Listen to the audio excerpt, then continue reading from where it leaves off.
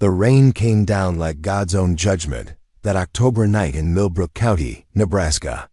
Not the gentle autumn drizzle that kissed the cornfields and whispered promises of good harvest, but the kind of merciless downpour that turned dirt, roads into rivers, and made even the bravest souls question their faith in tomorrow.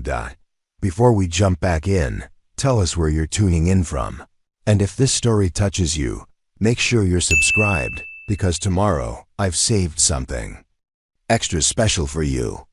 Samuel Mitchell had seen 47 such storms in his lifetime, but this one felt different, heavier, more urgent, like the sky itself was weeping for sins not yet confessed. He stood at the kitchen window of his weathered farmhouse, hands wrapped around a steaming mug of black coffee, watching sheets of water cascade from gutters that had seen better decades. Farms stretched before him in the darkness, 300 acres of prime Nebraska soil that his grandfather had claimed with nothing but calloused hands and stubborn hope back in 1892. Corn stalks bent and swayed like dancers caught in nature's violent waltz, their golden ears heavy with the promise of another successful harvest. If the storm didn't destroy everything first, Samuel was a man carved from the same timber as the oak that shaded his front porch. 6 feet 2 inches of lean muscle and weathered determination, with hands that could gentle a spooked horse or rebuild an engine with equal skill. His hair, once the color of wheat in August sun, now bore streaks of silver that caught the lamplight like threads of wisdom earned through hard living.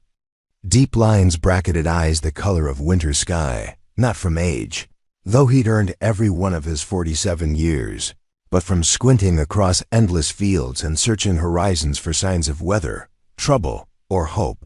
He'd inherited more than land from his grandfather. He'd inherited a code: work hard, speak truth, and never turn away a soul in need. It was a code that had served 3 generations of Mitchell men, even when it cost them dearly. Tonight felt like one of those nights when the code would be tested. The wind howled through the eaves like a banshee, rattling windows and sending his old barn cat Duchess scurrying for cover under the kitchen table. Thunder rolled across the prairie in long, ominous peals that seemed to shake the very foundations of the earth.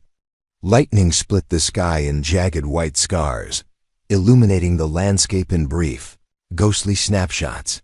Samuel had been alone on the farm for 3 years now, ever since his wife Margaret lost her battle with cancer. The silence had become his companion, broken only by the sounds of livestock, machinery, and the whispered conversations he still held with her memory when the loneliness pressed too heavy on his chest. He'd grown accustomed to solitude, even found a strange peace in it. But tonight something felt wrong, unsettled. He'd checked the animals twice already, the 12 head of cattle huddled in the near pasture, the chickens secure in their coop, the old plow horses safe in their stalls. Everything battened down and weatherproofed as best as Nebraska farming could manage. Yet something nagged at him, a persistent itch between his shoulder blades that spoke of unfinished business. The coffee had gone cold in his hands.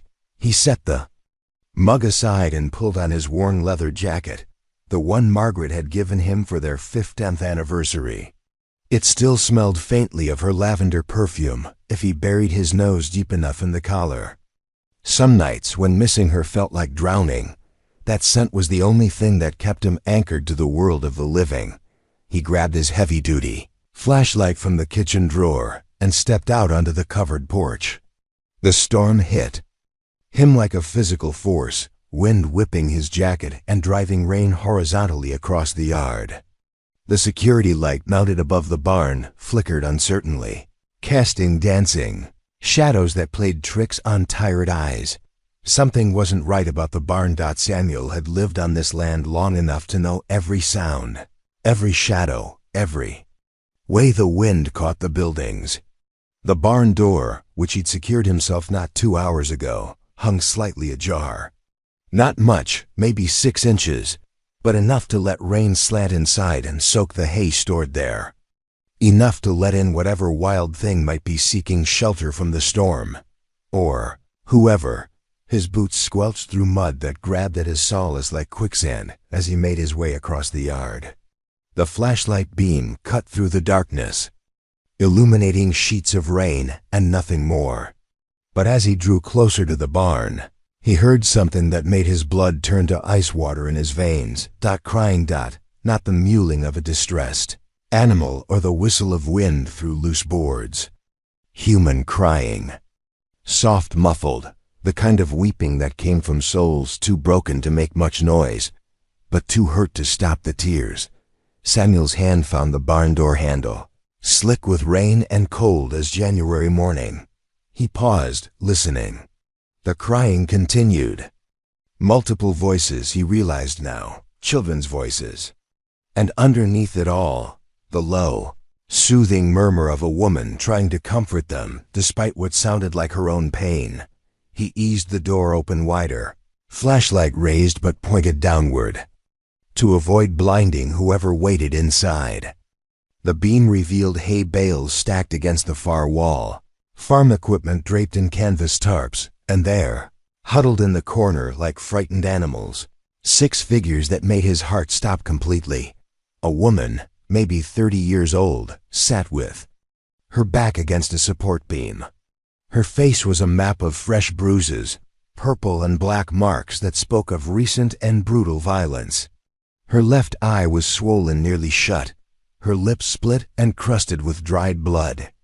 Dark hair hung in matted tangles around her shoulders, and her clothes, a thin cotton dress that had once been blue, were torn in several places and soaked through from the rain. But it was the children that broke something fundamental inside. Samuel Mitchell's chest, 5 of them, ranging in age from what looked like 3 to maybe 12.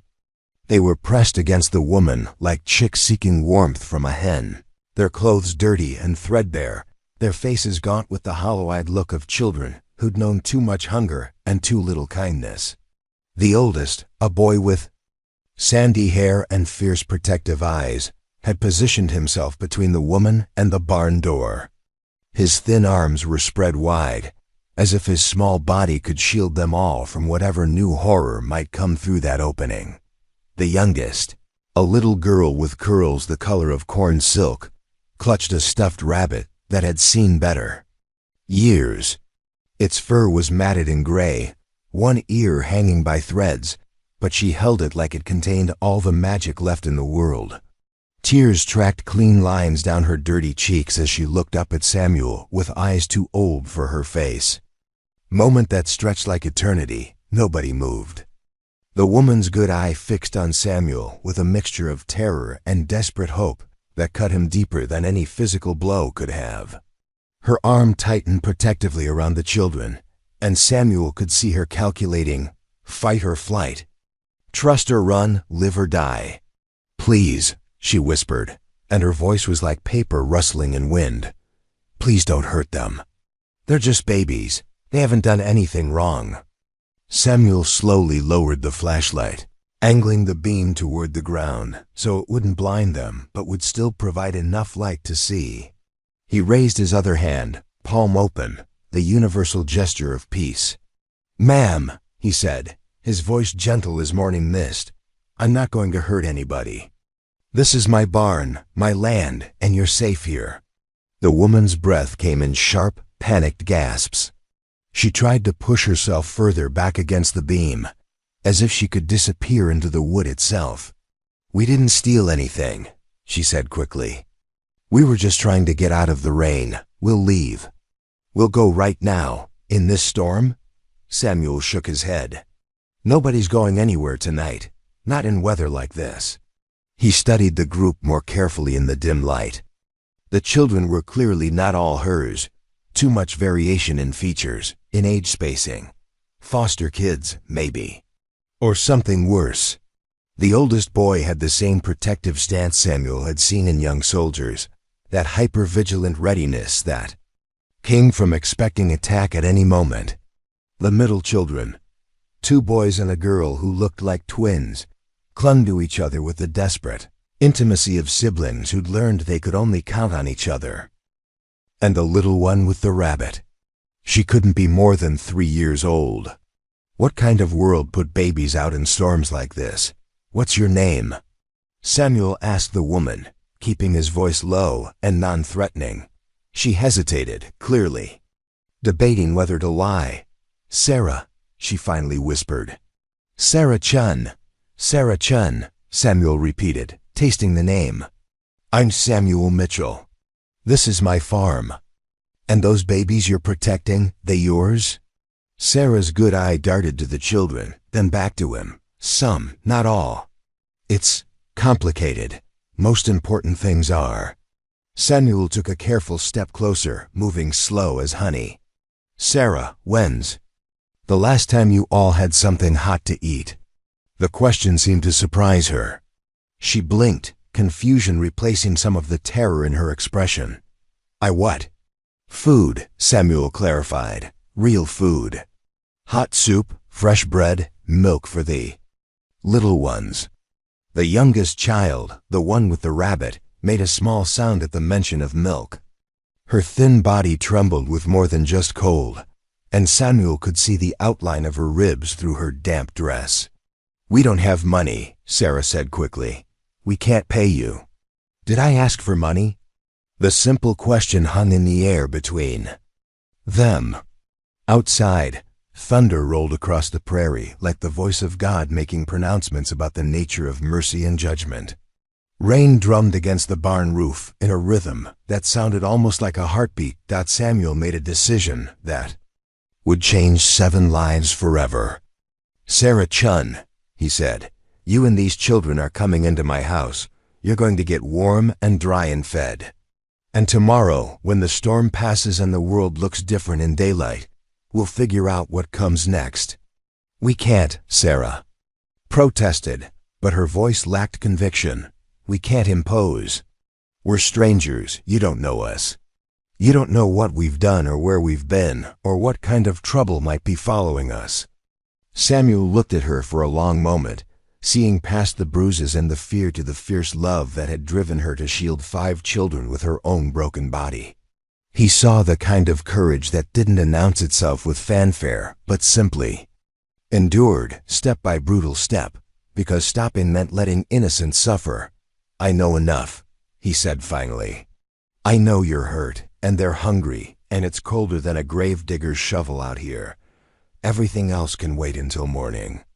The oldest boy, the guardian, spoke for the first time. Why?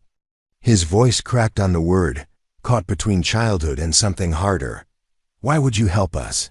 Samuel knelt down so he was at eye level with the boy. What's your name, son? Marcus. Marcus, how old are you? 12. At 12 I was already helping my daddy work this farm. You know what he taught me? Marcus shook his head. He taught me that a man's character isn't measured by what he does when people are watching. It's measured by what he does when nobody would ever know the difference. Right now, tonight, nobody would know if I let you all stay out here in this storm. Nobody would know if I pretended I never saw you. But I would know. And I'd have to live with that knowledge every day for the rest of my life. Samuel stood slowly, his knees protesting after years of farm work and not enough stretching. So here's what we're going to do. We're going to walk to that house, nice and slow so nobody slips in this mud. We're going to get you all dry clothes and hot food and warm beds. And we're not going to worry about anything else until tomorrow's sunrise. Sarah Chun looked up at him with an expression he couldn't quite read. Hope warred with disbelief in her swollen features. You really mean it? Ma'am, I don't say things I don't mean. Life's too short for pretty lies. The little girl with the rabbit took a tentative step forward. Will you hurt us? She asked in a voice like wind chimes. Samuel's heart cracked clean open. He knelt again, meeting her enormous eyes. What's your name, sweetheart? Emma. Emma. I promise you, I swear on my late wife's memory, nobody will hurt you in my house. Not tonight, not any night you're under my roof. Emma studied his face with the solemn intensity of a judge. Whatever she saw there must have satisfied her, because she nodded once and tucked her rabbit closer to her chest. "Okay," she whispered. And, with that single word from the mouth of a 3-year-old child, Samuel Mitchell stepped across a threshold he didn't even know existed. Outside, the storm raged on, but inside the barn, something new was being born. Something that looked like family, sounded like hope, and felt like the answer to prayers he'd been too afraid to voice. The first part of their story was ending. The second was about to begin. Preparing and narrating this story took us a lot of time, so if you are enjoying it, subscribe to our channel. It means a lot to us. Now back to the story. The journey from barn to house lasted less than 5 minutes, but felt like crossing into another world entirely. Samuel led the way, his broad shoulders cutting through sheets of rain while his flashlight beam carved a path through the darkness. Behind him, the small procession moved with the careful precision of people who'd learned not to trust solid ground. Sarah limped heavily, her right leg clearly injured, though she tried to hide it. Each step sent visible shockwaves of pain across her bruised features, but she never made a sound. The children clustered around her like satellites around a wounded planet.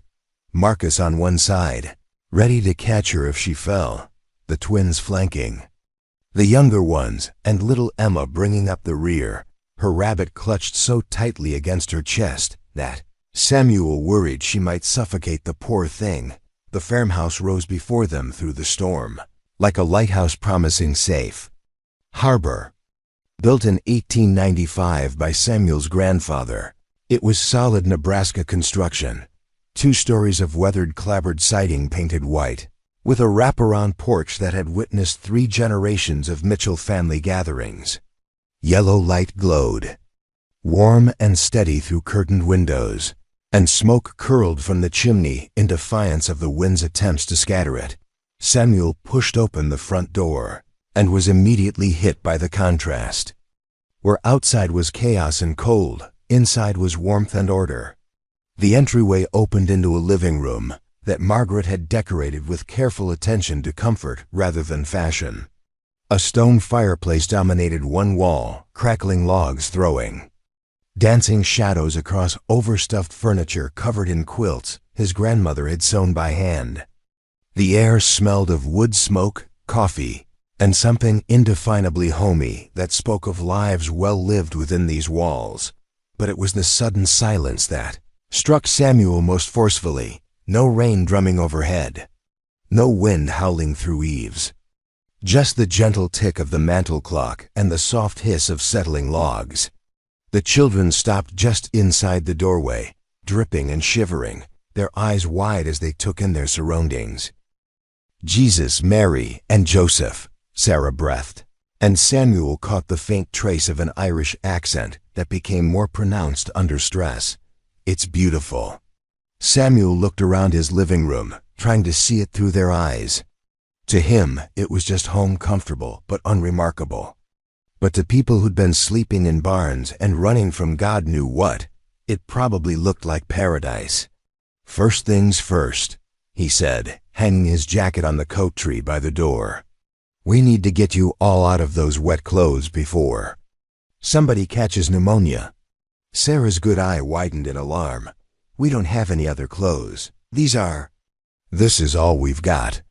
Samuel studied the group more carefully in the steady lamplight. What he saw made his chest tighten with a mixture of anger and heartbreak. The children's clothes weren't just wet and dirty, they were threadbare, patched, sized wrong. Marcus wore a man's shirt that hung nearly to his knees, cinched with a buff piece of rope around his thin waist. The twins, a boy and girl who couldn't be more than 7, shared what looked like hand-me-downs from at least 3 previous owners. And Emma's dress, despite being soaked and stained, had clearly been mended with loving care, tiny stitches holding torn seams together. But it was Sarah's appearance that hit him hardest. In the barn's shadows, he'd focused on her injuries. Now, in steady light, he could see the full extent of what she'd endured. The bruises weren't just on her face. Purple fingerprints circled her throat, and her arms bore the telltale marks of someone who'd tried to defend herself against overwhelming force. Her dress, once a modest blue cotton, was torn at the shoulder and spotted with what looked like dried blood. Whoever had done this to her had meant to break her completely. "That's all right," Samuel said, keeping his voice steady despite the rage building in his chest. Margaret left behind plenty of clothes. She was always collecting things for church drives anyway. "And I've got some of my nephew's old clothes in the spare room. He spent summers here until he went off to college." He moved to the hall closet and began pulling out armloads of clothing. Margaret's dresses, still smelling faintly of lavender. Sweaters she'd knitted during long winter evenings. Jeans and shirts and undergarments that had been waiting 3 years for someone who needed them. "Sarah, you're about Margaret's size, I think. Maybe a little shorter." He handed her a stack of clothes. "There's a bathroom right down that hall. Take your time. Lock the door if it makes you feel safer." Sarah accepted the clothes like they were made of spun gold. Her fingers traced the soft fabric of a cable-knit sweater, and tears started fresh in her eyes. "I can't pay you back for this. Any of this. I told you, I'm not looking for payment." The oldest boy, Marcus, stepped forward with that protective stance that seemed permanently carved into his posture. "Why?" he asked again, but this time the question carried more curiosity than suspicion. "Why are you being so nice to us?" Samuel sat down heavily in his favorite armchair, the one Margaret used to tease him about because it had molded perfectly to his body over the years. The children remained standing, uncertain, like deer ready to bolt at the first sign of danger. "You want the honest answer?" Samuel asked. Marcus nodded. "About 3 years ago, my wife Margaret got sick. Cancer. I watched the strongest, kindest woman I'd ever known waste away to nothing, and there wasn't a damn thing I could do about it." Samuel's voice roughened with old grief. "The night she died, I sat in that hospital room and I made her a promise. I promised that if I ever had the chance to help someone who was hurting, someone who needed what I could give, I wouldn't hesitate. I wouldn't make excuses. I wouldn't look the other way." He met Marcus's eyes directly. "Tonight, son, you gave me the chance to keep that promise." Something shifted in the boy's face. The hypervigilance didn't disappear, but it softened around the edges. He nodded once, slowly, as if accepting something important. "Now," Samuel continued, standing and clapping his hands together, "let's get everyone sorted. Marcus, you look like you might fit into some of my nephew Danny's old things. Twins, what are your names?" "I'm Jake," said the boy. "I'm Lucy," said the girl, her voice barely above a whisper. "Jake and Lucy. Good strong names. And the other boy?" "The childhood."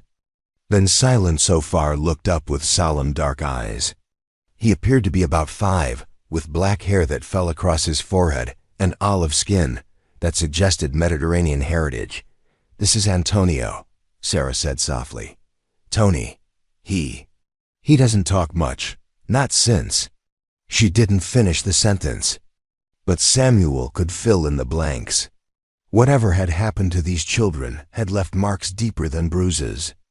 "That's all right, Tony," Samuel said, crouching down to the boy's level. "Sometimes words aren't necessary. You take all the time you need." Tony studied Samuel's face for a long moment, then reached out with one small finger and touched the farmer's weathered hand.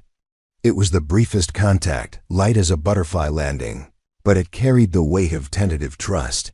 Samuel felt something crack open in his chest, not breaking, but opening. Like a seed that had been waiting in frozen ground for the first warm day of spring. "Right then," he said, clearing his throat. "Let's get everyone changed into dry clothes, and then we'll see about some hot food. I've got soup on the stove and bread that's only a day old." The mention of food caused visible reactions. Emma's stomach gave an audible growl. Jake and Lucy exchanged glances that spoke of hunger as familiar companion. Even Marcus, trying so hard to be the adult, swallowed reflexively. "When did you all last eat?" Samuel asked, though he wasn't sure he wanted to know the answer. "Yesterday." Morning, Sarah admitted. Maybe the day before. Time gets fuzzy when you're moving. Samuel bit back the curse that wanted to escape. Children should never know that kind of hunger, the kind that made time fuzzy and turned food into obsession instead of nourishment. Well, we're going to fix that right now, he said.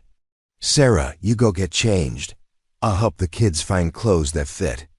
Then we're all going to sit down to a proper meal. As Sarah disappeared down the hallway, moving carefully on her injured leg, Samuel began the process of outfitting 5 children with dry clothes. It was like solving a complex puzzle. Danny's old clothes were too big for Marcus, but perfect for Jake. Margaret's collection of church drive donations yielded a flowered dress that made Lucy smile for the first time since he'd met her. And Tony was swimming in everything until Samuel found a pair of pajamas that could be rolled up at the wrists and ankles. Emma proved to be the biggest challenge. At 3 years old, she was too small for most of what he had available. But Margaret, bless her planning heart, had kept a box of baby clothes in the hope of future grandchildren that never came. Samuel found a pair of warm pajamas printed with dancing bears that made Emma giggle, an actual giggle, bright and surprised, as if she'd forgotten such sounds existed. Do you like bears, sweetheart? Samuel asked as he helped her into the oversized top. Emma nodded solemnly. Bears are strong. They protect their babies. The simple statement hit Samuel like a physical blow. This tiny child, barely out of toddlerhood, had already learned that the world was a place where protection was necessary, where strength was required for survival. Yes, they do, he agreed quietly. The very best bears take care of everyone in their family. By the time Sarah emerged from the bathroom, transformed by dry clothes and the simple dignity of being clean, Samuel had all 5 children outfitted and gathered around the kitchen table. The room was warm from the old gas stove where a pot of beef stew had been simmering since afternoon.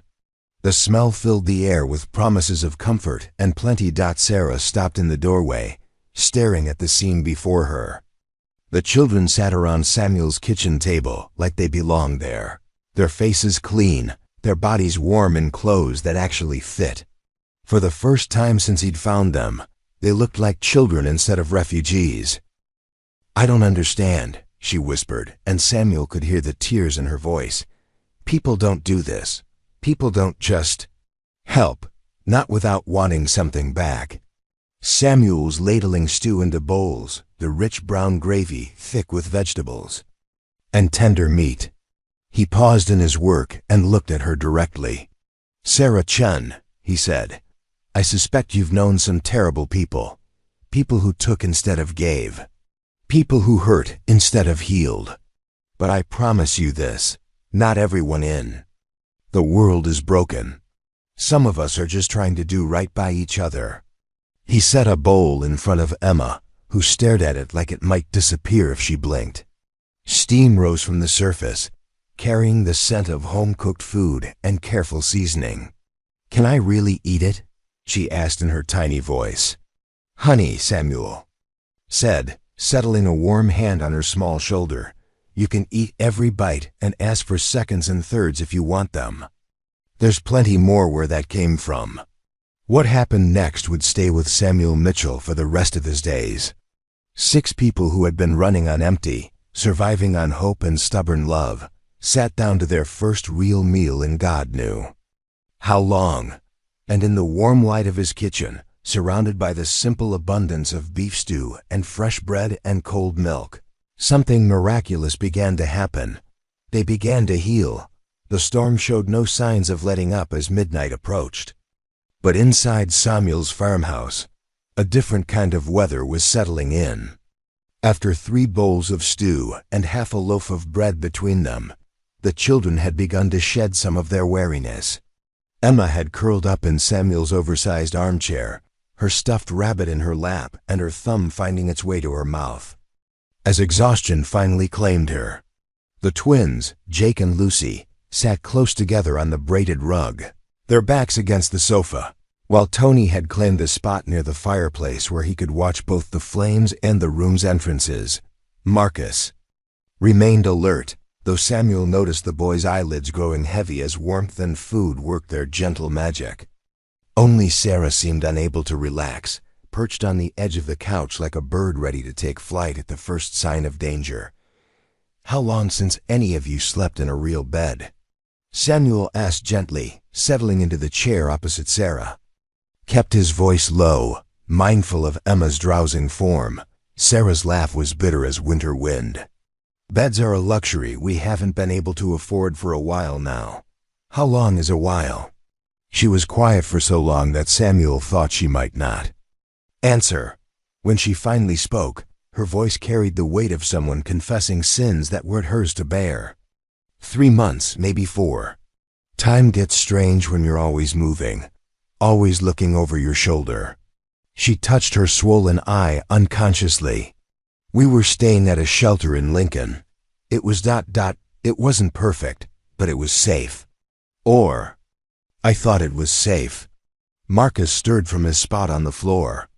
"Tell him about Derek," he said, his young voice carrying an old anger. "Marcus, no, Sarah, he needs to know. If Derek finds us here, Mr. Mitchell needs to know what he's dealing with." Samuel felt ice form in his veins at the boy's tone.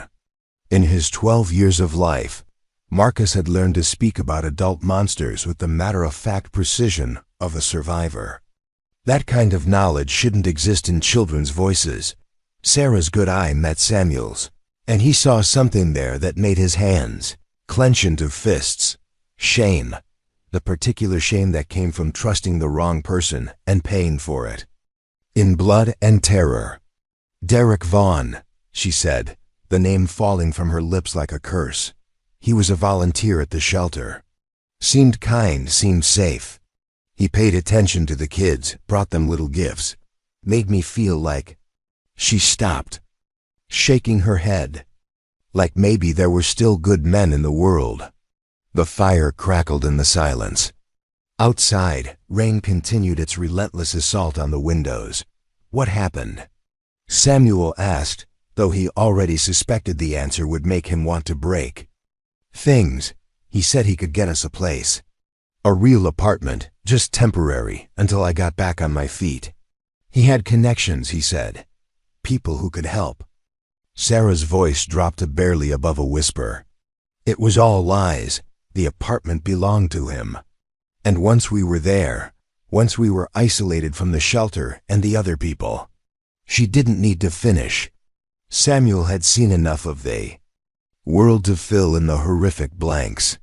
"He hurt you," he said simply. "He tried to hurt more than just me."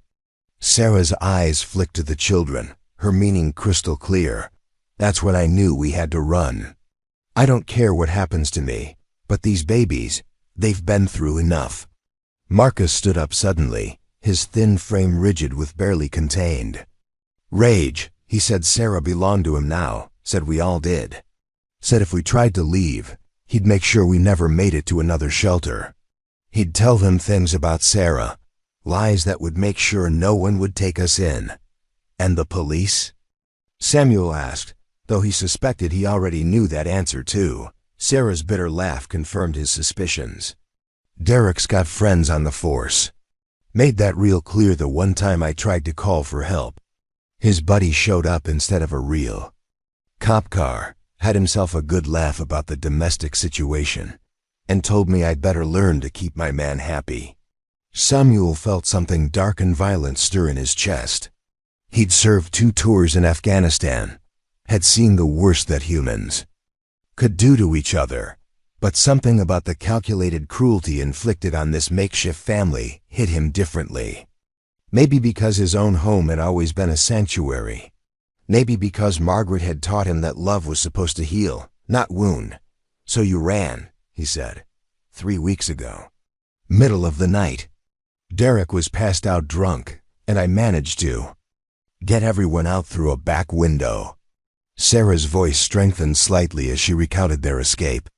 "We've been moving ever since, sleeping rough, staying ahead of him. He's been following us though. Calling shelters, checking bus stations.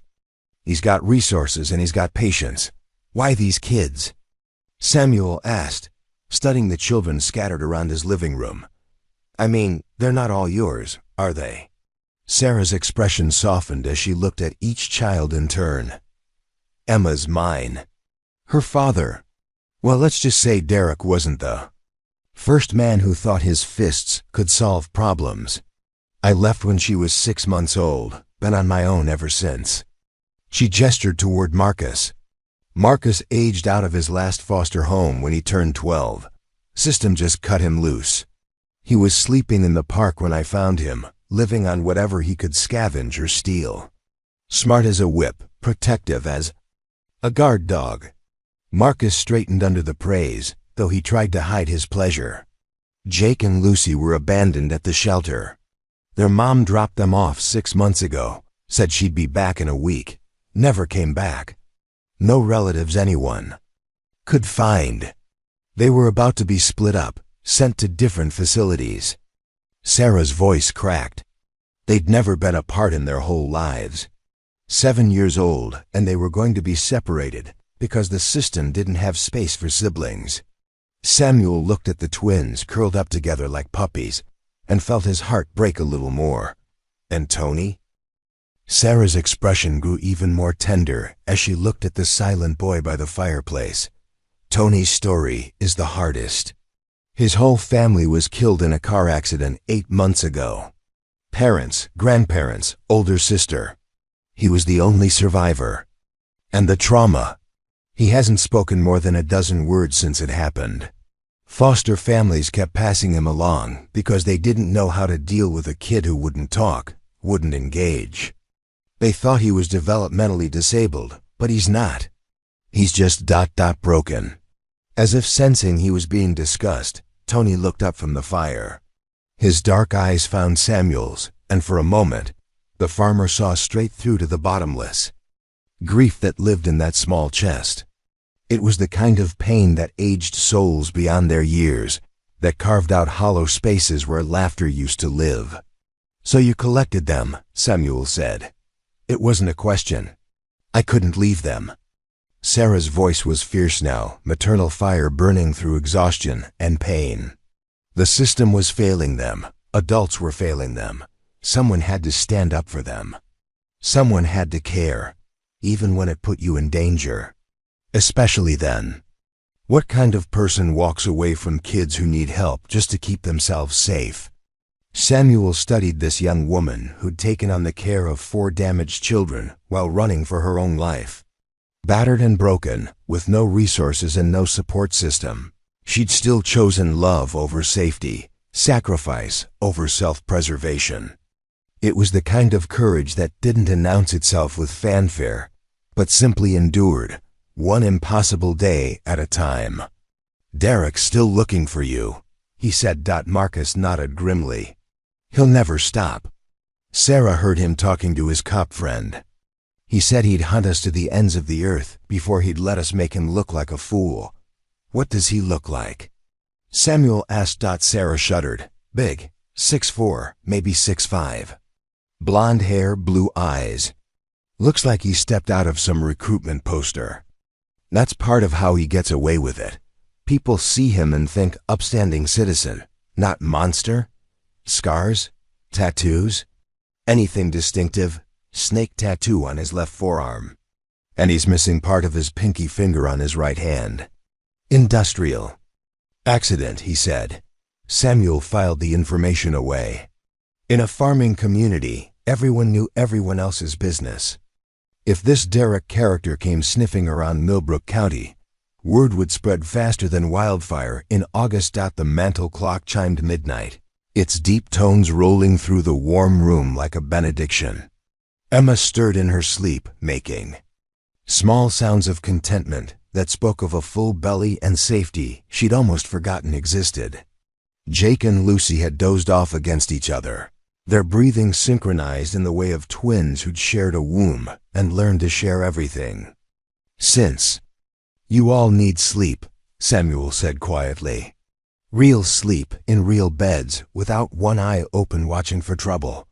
I can't ask you to, You're not asking, I'm offering. Samuel stood, moving carefully to avoid waking the sleeping children. I've got 4 bedrooms upstairs. More space than one old farmer needs. Emma can have the room that was going to be the nursery. Margaret painted it yellow because we never knew if we were having a boy or a girl. His voice caught slightly on his wife's name, but he pushed through the old grief. Tonight wasn't about his losses. Tonight was about making sure these children felt safe enough to sleep without nightmares. Marcus can have Danny's old room. Still got some of his things up there if you want them, son. Jake and Lucy can share the guest room. It's got twin beds. And Tony. Samuel looked at the boy by the fire, who'd been listening to every word despite appearing lost in the flames. Tony can have the room next to mine. Sometimes it helps to know someone's close by when the dark gets too heavy. Tony looked up at him with those serious dark eyes, and Samuel could swear he saw gratitude in their depths. What about me? Sarah asked, and there was something vulnerable in the question that told Samuel she wasn't used to being cared for. You get the master bedroom. Biggest bed in the house, private bathroom, and a lock on the door if that makes you feel safer. I can't take your room. I haven't slept in that bed since Margaret died. I've been camping out down here on the couch most nights anyway. Bad dreams, he admitted. Sometimes it's easier to sleep where I can see the horizon. Sarah stared at him for a long moment, tears threatening again. Why are you doing this, really? And don't tell me it's just because of a promise to your wife. There's something else. Samuel was quiet for a long time, staring into the fire that had warmed 3 generations of his family. When he finally spoke, his voice carried the weight of confession. Because 25 years ago, I was Marcus's age. And my daddy was a hard man who believed children should be seen and not heard, and that mistakes should be beaten out of boys before they became habits. He looked at Marcus, who was listening intently despite his exhaustion. I used to dream about someone like me showing up at our door. Someone who'd see the bruises and the fear and do something about it. That person never came for me, Marcus. But I can be that person for you. The silence that followed was broken only by the storm outside and the gentle breathing of sleeping children. Finally, Marcus stood up and walked over to Samuel. The boy held out his hand, and when Samuel took it, Marcus's grip was firm and sure. Thank you, Marcus said simply, for all of us. Samuel squeezed the boy's hand gently. Thank you for taking care of them until I could. And as the clock ticked toward 1 in the morning, Samuel Mitchell began the process of turning his empty house back into a home. One rescued child at a time. Dawn came slowly to Millbrook County, creeping across the prairie like a shy cat unsure of its welcome. The storm had finally exhausted itself sometime before sunrise, leaving behind a world washed clean and glittering with puddles that reflected the pale morning sky. Samuel stood at his kitchen window, coffee mug warming his hands, watching the sun paint his cornfields gold and wondering how 7 lives had become so thoroughly intertwined in the space of a single night. He'd been awake since 4:30. Old farming habits died hard, but he'd moved through his morning routine with unusual quiet, mindful of the sleeping children upstairs, 6 people under his roof. 6 people who'd trusted him enough to close their eyes and rest. The weight of that responsibility sat heavy on his shoulders, but it wasn't an unwelcome burden. For the first time in 3 years, his house felt alive again. The sound of small feet on the stairs drew his attention. Emma appeared in the kitchen doorway, her bare pajamas wrinkled from sleep, her corn silk hair sticking up in impossible directions. She clutched her threadbare rabbit against her chest and blinked at Samuel with the solemn uncertainty of a 3-year-old navigating a new world. "Good morning, sweetheart," Samuel said softly, setting down his coffee and crouching to her level. "Did you sleep well?" Emma nodded slowly, then held up her rabbit. Buttons was scared of the thunder, but then it stopped. Buttons is a very Brave rabbit to make it through such a big storm. Just like you. Samuel studied the stuffed animal more closely in the morning light. What he'd taken for gray fur was actually white that had been loved to the point of gentle grubbiness. One of Button's button eyes hung by a single thread, and his remaining ear was held on by what looked like dental floss. "Would you like some breakfast, Emma? I was thinking pancakes might be nice on a morning like this." Her eyes widened with the kind of wonder reserved for promises that seemed too good to be true. Real pancakes? The fluffy kind? The fluffiest. With butter and syrup and maybe some strawberries if you'd like. Emma's face lit up like sunrise, and she nodded so enthusiastically that her rabbit nearly tumbled from her arms. Samuel felt something warm and forgotten stir in his chest, the simple joy of making a child happy with nothing more than the promise of a good breakfast. "Can Buttons have pancakes too?" she asked seriously. "I think Buttons has excellent taste in breakfast foods," Samuel replied with equal gravity. "We'll make sure he gets the best seat at the table." More footsteps on the stairs announced the arrival of Jake and Lucy, the 7-year-old twins, moving. With the synchronized uncertainty of children still adjusting to safety, they appeared in the kitchen doorway hand in hand, their matching dark hair tousled from sleep, wearing the donated pajamas that Samuel had found for them the night before. "Morning," Jake whispered, as if speaking too loudly might break the spell of warmth and kindness they'd found themselves in. "Good morning, you two. Sleep okay?" Lucy nodded shyly. "The bed was really soft and warm. I'm glad. You hungry?" Both twins nodded with the enthusiasm that only children could muster for the prospect of food. Samuel had forgotten how much he'd missed that uncomplicated hunger, the way kids could go from sleepy to starving in the space of a heartbeat. "Pancakes coming right up. Why don't you three sit at the table while I get started?" As he moved around the kitchen, gathering ingredients and heating the griddle, Samuel found himself falling into rhythms he hadn't practiced in years. Margaret had been the breakfast cook in their marriage. She'd had a gift for making ordinary mornings feel special with the right combination of food and attention. Samuel had always been better with the big picture things, planting and harvest, repairs and planning. But standing in his kitchen with 3 small faces watching his every move, he discovered that some skills came back when they were needed most. Tony appeared as Samuel was flipping the first batch of pancakes, the boy moving with his characteristic silence. He'd dressed himself in the clothes Samuel had found for him, jeans that were still too long despite being cuffed, and a sweater that made him look smaller rather than warmer. But his dark hair was combed, and there was something different about his posture, less hunched, more hopeful. "Morning, Tony," Samuel said without turning around. He'd learned to acknowledge the boy's presence without making a big show of it. Tony seemed to appreciate being noticed without being overwhelmed with attention. Tony took his place at the table next to Emma, who immediately began chattering to him about Buttons and pancakes, and how the bed upstairs was the softest thing she'd ever felt. Tony didn't respond verbally, but Samuel caught him nodding and even smiling slightly at Emma's enthusiasm. Marcus was the last to appear, and Samuel could see the boy had been wrestling with something overnight. His young face bore the weight of decisions too heavy for 12-year-old shoulders, and he moved with the careful deliberation of someone who'd spent hours thinking through angles and consequences. "Morning, Marcus," Samuel said, sliding a plate of golden pancakes onto the table. "You look like you've got something on your mind." Marcus took his seat but didn't immediately reach for food, despite the obvious hunger in his eyes. "Mr. Mitchell, I need to ask you something, and I need you to give me a straight answer." Samuel turned from the griddle, giving the boy his full attention. "Shoot, what happens when Derek finds us? And don't say he won't, because he will. He always does."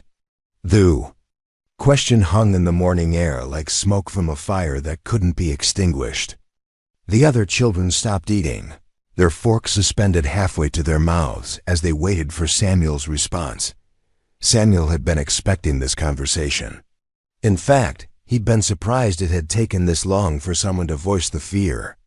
That was undoubtedly keeping them all on edge despite the temporary safety of his home. That's a fair question, Marcus. And you deserve a straight answer. Samuel leaned against the counter, choosing his words carefully. If Derek Vaughn comes to my door looking for you, he's going to find that things work differently out here than they do in the city. What do you mean?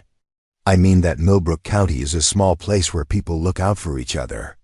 I mean that Sheriff Patterson has been a friend of mine for 20 years, and he doesn't much care for men who hurt women and children. I mean that Derek's city connections don't carry much weight where we grow our own food and fix our own problems. Marcus's eyes sharpened. You'd fight him?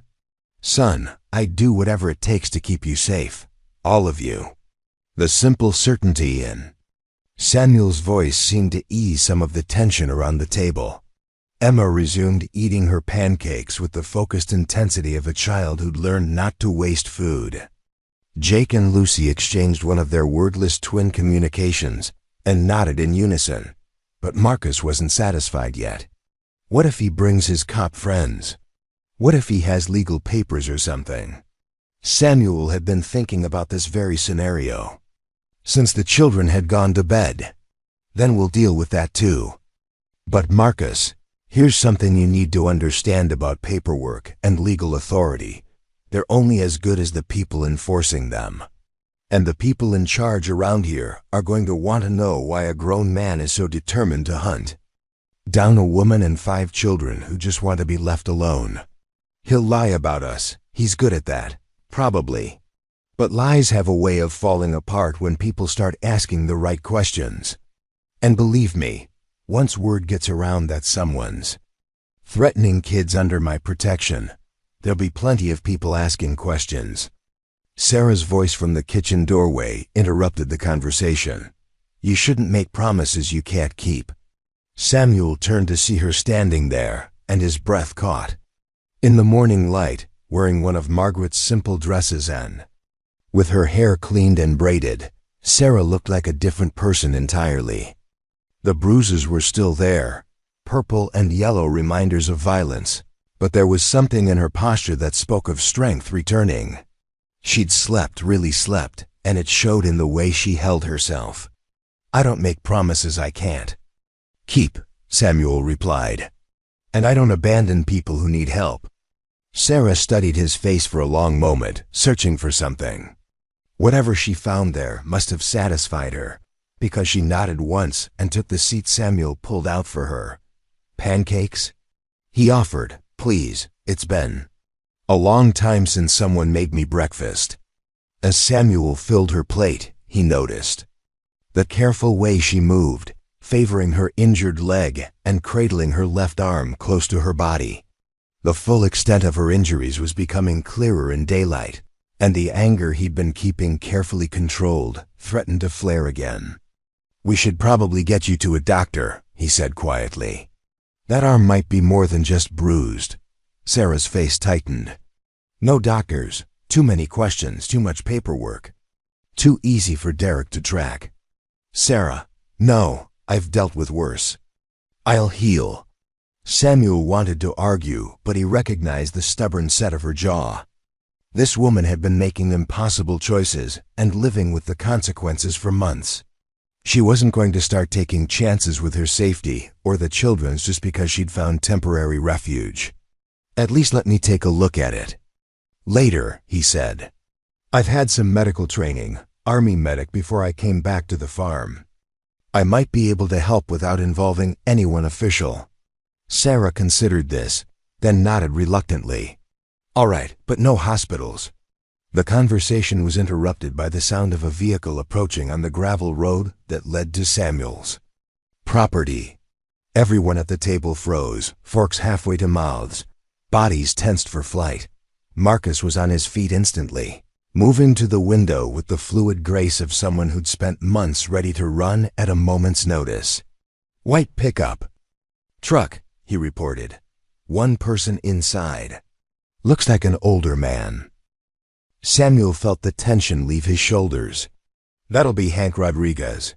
He owns the neighboring farm, helps me out during harvest time. He's probably wondering if I lost any crops in the storm." But even as he spoke, Samuel could see the fear in the children's faces. They'd lived with the constant threat of discovery for so long that every unexpected sound, every unfamiliar face, represented potential danger. "Listen to me," Samuel said, his voice calm but commanding enough to get everyone's attention. "Hank is a good man. Known him for 15 years, and he's never broken a confidence or betrayed a trust. But if you're not comfortable meeting new people yet, you can go upstairs. No judgment, no questions asked." Marcus looked around the table, taking silent inventory of his makeshift family's comfort levels. "We'll stay," he decided. "But if anything feels wrong, if anything feels wrong, you do whatever you need to do to feel safe," Samuel assured him. "Your instincts have kept you alive this long. Don't stop trusting them now." The knock on the front door came a moment later, followed by Hank's familiar voice calling out, "Sam, you in there? Saw some damage to your north fence line that needs attention." "Coming, Hank," Samuel called back. He looked around the table one more time. "Everybody okay?" Emma held up her rabbit. "Button says it's okay. He's good at knowing about people." Samuel smiled despite the tension. "Well, if Buttons approves, then we must be in good hands."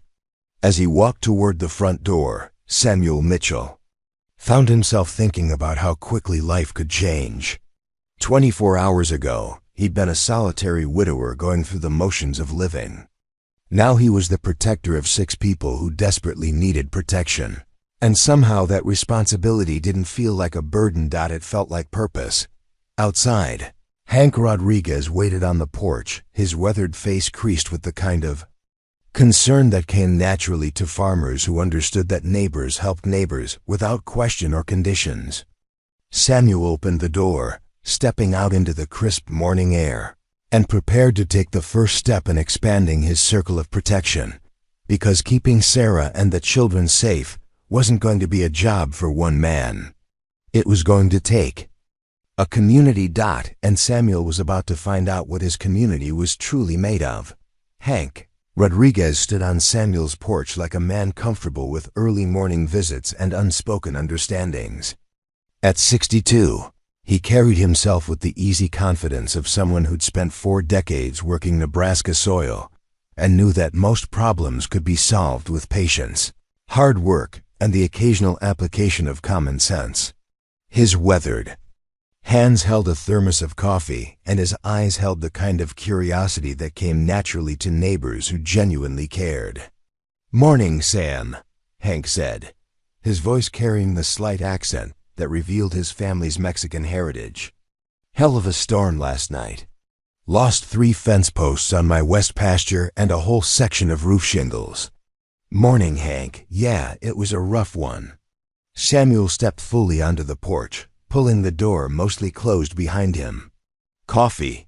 Got my own, thanks." Hank studied Samuel's face with the practiced eye of a man who'd known him for 15 years. "You look like you didn't get much sleep. Everything all right?" Samuel had been dreading this moment since he'd heard Hank's truck in the driveway. Not because he didn't trust his neighbor. Hank Rodriguez was one of the most solid, dependable men he'd ever known. But because bringing another person into the circle meant expanding the risk, and these children had already been failed by too many adults who should have protected them. "Actually, Hank, I could use your advice on something, but it's complicated." Hank's expression grew more serious. "What kind of complicated?" Before Samuel could answer, the front door opened behind him. Marcus appeared, moving with that protective alertness that had become second nature. The boy positioned himself slightly behind Samuel, but where he could see both men clearly. "Mr. Mitchell," Marcus said quietly, "Emma's asking for you. She says Buttons needs to meet the man outside." Samuel felt a surge of pride at the boy's careful phrasing. Marcus was giving him an out if he needed one, while also asserting the children's presence without revealing too much. "Marcus, this is my neighbor, Hank Rodriguez." "Hank, this is Marcus, he's—" Samuel paused, realizing he was about to cross a line that couldn't be uncrossed. "He's staying with me for a while." Hank's eyes sharpened, taking in Marcus's too thin frame, the way he held himself ready to bolt, the protective stance that spoke of adult responsibilities in a child's body. When he spoke, his voice was gentle but direct. "Nice to meet you, Marcus. You taking good care of things around here?" Marcus studied Hank for a long moment, then nodded slowly. "Yes, sir. Someone has to." The simple statement hung in the morning air, carrying weight far beyond its words. Hank glanced at Samuel, a question in his eyes, then back at Marcus. "That's good. Mr. Mitchell's lucky to have someone looking out for him." Hank crouched down to Marcus's eye level. "You know, my grandson Danny is about your age. Lives in town with my daughter, but he comes out to help on the farm sometimes. Maybe you'd like to meet him sometime." Marcus's expression didn't change, but Samuel caught the slight relaxation in his shoulders. "Maybe." The front door opened wider, and Emma appeared, her rabbit clutched in her arms and her corn silk hair catching the morning light. She looked at Hank with the solemn assessment that 3-year-olds reserve for adults. They were trying to decide whether to trust. "Buttons wants to know if you're a good man," she announced with a directness that only small children could manage without offense. Hank's weathered face broke into a genuine smile. "Well, I hope I am, little one. What does Buttons think?" Emma held up her rabbit and whispered something into its remaining ear, then nodded seriously. "Buttons says you have kind eyes. Like Mr. Mitchell. Buttons sounds like a very smart rabbit." He's been taking care of me for a very long time." Something passed over Hank's face, understanding perhaps, or recognition of the kind of childhood where stuffed animals became protectors instead of toys. When he looked up at Samuel, there was no judgment in his expression, only questions that could wait for private conversation. "Well," Hank said, standing slowly, "I should probably take a look at that fence damage. Marcus, you want to come help me assess the situation? I could use another pair of eyes." Marcus glanced at Samuel, who nodded encouragingly. "Go ahead, son. Hank knows more about fixing things than anyone in the county." As the three of them walked toward the damaged fence line, Emma skipping ahead with Buttons, Samuel felt some of the tension leave his chest. Hank had handled the introduction with exactly the right mixture of respect and normalcy, treating Marcus like a capable young man rather than a curiosity, and accepting Emma's childish pronouncements with the gravity they deserved. Back in the kitchen, Sarah was helping Jake and Lucy clear the breakfast dishes. Tony sat at the table, carefully folding his napkin into increasingly complex geometric shapes, a quiet activity that seemed to calm him when situations felt overwhelming. "How did it go?" Sarah asked quietly as Samuel returned. "Better than I hoped. Hank's a good man, and he's not the type to ask questions that don't need answering." Sarah nodded, but Samuel could see the tension in her shoulders. Every new person represented a potential security breach, another link in a chain that could lead Derek straight to them. "Sarah, we need to talk about the long term," Samuel said gently. "You can't run forever. These kids need stability, education, a chance to heal. And you need medical attention and legal protection. I know." Her voice was barely above a whisper. "But I don't know how to stop running without getting caught." Samuel pulled out a chair and sat across from her. "What if I told you there might be a way to do both? To stop running and stay safe?" Sarah's good eye met his. "I'd say that sounds too good to be true, maybe, but hear me out." Samuel had been thinking about this since before dawn, turning possibilities over in his mind like a farmer examining seed before planting. Derek's power comes from isolation and fear. He keeps you running, keeps you away from people who might help, makes you too afraid to trust anyone. But what if instead of hiding, We brought the whole thing into the light. What do you mean? I mean, what if we made it impossible for him to operate in secret? What if everyone in Millbrook County knew your story, knew what he'd done, knew to watch for him? Samuel leaned forward, his voice gaining intensity. Predators like Derek depend on their victims staying silent and isolated. They can't function when entire communities are watching. Sarah shook her head. You don't understand. He's connected, he's got resources. In Lincoln, maybe. But not here. This is different country, Sarah. Out here, a man's reputation matters more than his connections. And once word gets around about what he's done to you and these kids ... Word gets around how, exactly? Samuel was quiet for a moment, considering. Well, for starters, Hank's wife Rosa runs the church women's auxiliary. And if there's one thing that gets those ladies fired up, it's protecting children from harm. Despite everything, Sarah almost smiled. Church ladies? Don't underestimate them. Rosa's auxiliary has organized food drives, clothing drives, and more than one intervention when families were in crisis. They're like a benevolent army when they put their minds to something. Jake looked up from the dish he was drying. What's an auxiliary? It's a group of people who help other people, Samuel explained. Mrs. Rodriguez and her friends make sure that families who are struggling get what they need. Food, clothes, sometimes help finding jobs or places to live. Lucy's eyes widened. They help people for free? That's right, sweetheart. Because that's what neighbors do for each other. The concept seemed almost foreign to children who'd learned that adults usually wanted something in return for kindness. Tony looked up from his napkin folding, interest flickering in his dark eyes. The sound of footsteps on the porch announced the return of Marcus, Emma, and Hank.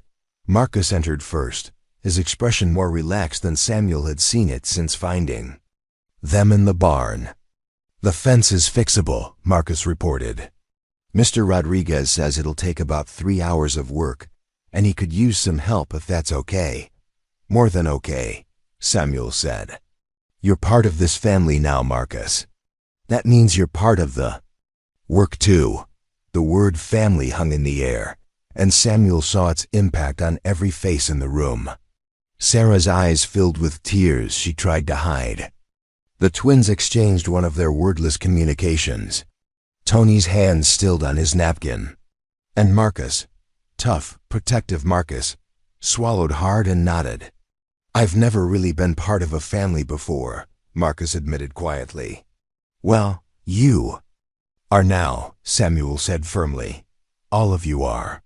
Hank appeared in the doorway, Emma riding on his shoulders like she'd known him her whole life. Sam, I hate to interrupt, but I should probably mention, Rosa's planning to stop by later with some of her famous empanadas. She heard your lights were on late last night and figured you might be dealing with storm damage. Samuel felt his stomach drop. Rosa Rodriguez was a wonderful woman, but she had the curiosity of a journalist and the persistence of a bloodhound.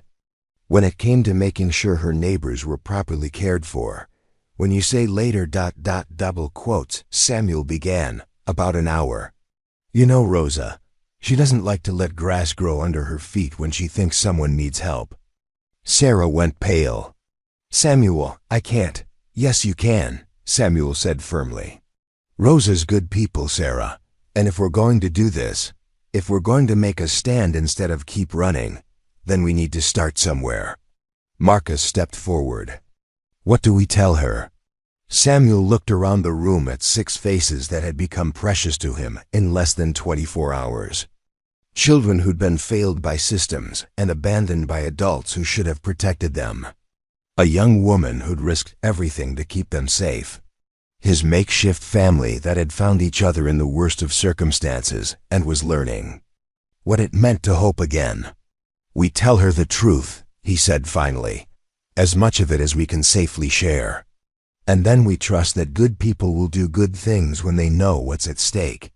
Sarah was quiet for a long moment, wrestling with months of learned paranoia and the terrifying possibility of hope. Finally, she looked at each child in turn, seeing her own fear reflected in their faces, but also seeing something else, the beginning of trust in Samuel's promise that they could stop running. "All right," she whispered. "But if this goes wrong, if it goes wrong, we deal with it," Samuel said. "Together." "But Sarah, what if it goes right? What if instead of one man trying to protect 6 people, we end up with a whole community standing guard?" Outside, the sun climbed higher into a sky washed clean by the storm. Inside Samuel's kitchen, 7 people who'd been strangers less than a day ago began to imagine what it might feel like to stop looking over their shoulders and start looking toward tomorrow. Because sometimes the bravest thing you can do isn't running toward safety. Sometimes it's standing still long enough to let safety find you. Rosa Rodriguez arrived exactly when she said she would, because Rosa Rodriguez was the kind of woman who treated punctuality as a moral obligation. Her red Honda Civic crunched up Samuel's gravel driveway at precisely 10:30, followed by a small dust cloud and the faint sound of mariachi music from her radio. Through the kitchen window, Samuel watched her emerge from the car with the purposeful energy of a woman on a mission of mercy. Rosa was built like a sparrow, but possessed the fierce determination of a hawk protecting its nest. At 58, she stood barely 5 feet tall in her sensible shoes, but she commanded respect through sheer force of personality and an unwavering commitment to taking care of everyone within a 50-mile radius, whether they wanted her help or not. Her salt and pepper hair was pulled back in a neat bun, and she wore the kind of practical dress that could transition seamlessly from morning errands to evening church services. More importantly, she carried a large covered casserole dish that smelled like heaven and home cooking combined. "She's here," Samuel announced unnecessarily, since everyone in the kitchen could see Rosa approaching the front porch with the measured stride of someone who intended to get to the bottom of whatever was going on. Sarah's hands were trembling as she smoothed her borrowed dress. "I can't do this, Samuel. What if she asks questions I can't answer? What if she doesn't believe us? What if, Sarah?" Marcus's voice cut through her panic with surprising gentleness. "Look at me," Sarah turned to the 12-year-old boy who'd somehow become the family's emotional anchor. "We've survived Derek. We've survived sleeping in cars and eating from dumpsters and running until our feet bled. We can survive one nice lady with empanadas." Marcus's young face was serious but calm. "And if we can't, then we run again. But we're not alone anymore. We've got Mr. Mitchell." The simple faith in Marcus's voice seemed to steady everyone in the room. Jake and Lucy moved closer to their makeshift siblings. Tony looked up from his napkin origami with something like resolve in his dark eyes. Emma hugged Buttons tighter but didn't retreat. "Besides," Emma added with 3-year-old logic, "Buttons says she smells like cookies and kindness." Samuel felt his heart squeeze. Emma's right. Rosa Rodriguez has been bringing food to people in crisis for as long as I've known her. She's not here to judge or interrogate. She's here because that's what she does. She takes care of people. The knock on. The door came with the brisk efficiency of someone who knocked on a lot of doors and expected them to be opened promptly.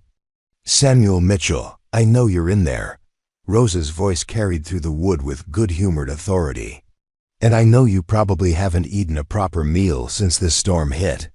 Samuel looked around the room one last time. "Everyone ready?" 6. Heads nodded with varying degrees of certainty. Samuel opened the door to find Rosa standing on his porch, casserole dish balanced in her arms and a smile that could have powered the county's electrical grid. "Rosa, you didn't need to." "Of course I didn't need to. I wanted to." She bustled past him into the house with the efficient momentum of a woman who'd perfected the art of helpful invasion. "Hank said you had some storm damage, and I figured ... "Oh." Rosa stopped dead in the middle of Samuel's living room, taking in the scene before her. 6 people, 1 young woman and 5 children. clustered around his kitchen table like refugees seeking sanctuary. Which, Samuel realized, was exactly what they were. The silence stretched for a heartbeat, then two. Samuel could feel the tension radiating from his unexpected family, could see Sarah preparing to bolt and Marcus calculating escape routes. Then Rosa set her casserole dish on the nearest flat surface and clapped her hands together once, sharply. "Well," she said briskly, "this explains why Hank said you looked like you hadn't slept. You've got a house full of people to take care of." She turned to face the group directly. "I'm Rosa Rodriguez. I live on the farm next door, and I make the best empanadas in 3 counties. Who wants to tell me names so I know what to call everybody?" Emma was the first to respond, because 3-year-olds hadn't yet learned that some situations called for caution. "I'm Emma, and this is Buttons." She held up her rabbit. "He's very smart, and he says you have a nice voice." Rosa's face melted into the kind of smile reserved for children who spoke with stuffed animals. "Well, Buttons has excellent taste. It's very nice to meet both of you. I'm Jake," one of the twins volunteered. "And this is Lucy. We're twins. I can see that. You have the same beautiful eyes." Tony remained silent, but he raised one small hand in a tentative wave that made Rosa's expression soften even further. Marcus stepped forward with the protective formality that had become his trademark. "I'm Marcus, and this is Sarah. We're staying with Mr. Mitchell for a while." Rosa studied Marcus with the keen eye of someone who'd raised 3 children and helped raise a dozen grandchildren. She saw the adult responsibility in his 12-year-old posture, the way he positioned himself between her and the younger children, the careful politeness that spoke of someone who'd learned to navigate dangerous adult waters. "It's very nice to meet you all," she said simply. "And I hope you're hungry, because I brought enough food to feed a small army." Sarah finally found her voice. "Mrs. Rodriguez, we don't want to impose." "Honey," Rosa interrupted gently, "feeding people isn't an imposition.